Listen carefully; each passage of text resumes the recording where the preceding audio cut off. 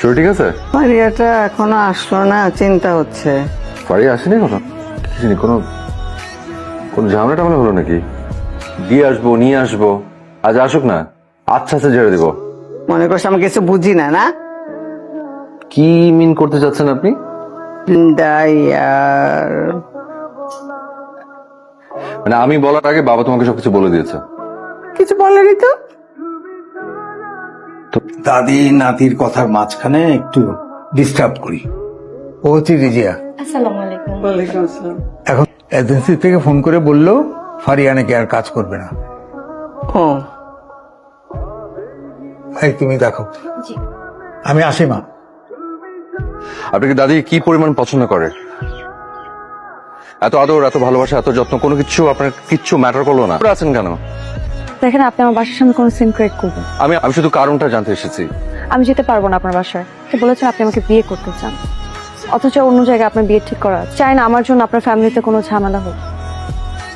ফারিয়া, আমি আপনাকে বলতাম, আপনাকে আগেই বলা উচিত ছিল। বাবার সাথে কথাটা আগে হয়েছে। আপনাকে জানানো উচিত ছিল যে আমি আপনাকে পছন্দ করি। অ্যাকচুয়ালি বাবা আপনাকে কি বলেছে? আপনার লাইফে কি অন্য কেউ আছে?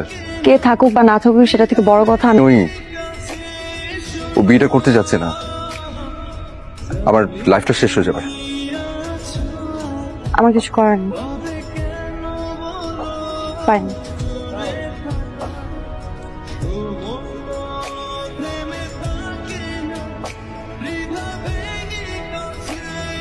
নেহাল, আমি তোমাকে ফোন দিচ্ছিলাম। ফাইজা, তোমার সাথে একটু পরে কথা বলি। আমার আসলে ভালো লাগছে না। জানি তোমার কেন ভালো লাগে। আমি আসলে এই বিয়েটা করতে চাই না। আর তুমি যেটা জানো না, কি? দিয়ে তোমার ফোনে রেসপন্স করছে না কেন, এটা জানো তুমি? তোমার বাবার কারণে। রিয়াকে নিষেধ করেছে তোমার সাথে যোগাযোগ করতে। আর আমি তোমাকে সবসময় অ্যাজ এ মেন্টর হিসেবে চিন্তা করেছি, ভালো ভালো আইডিয়া নিয়েছি, তাই না? Extremely sorry. অ্যাকচুয়ালি তোমাকে কথাগুলো আগেই বলা উচিত ছিল, আমি তোমাকে বলতে পারিনি।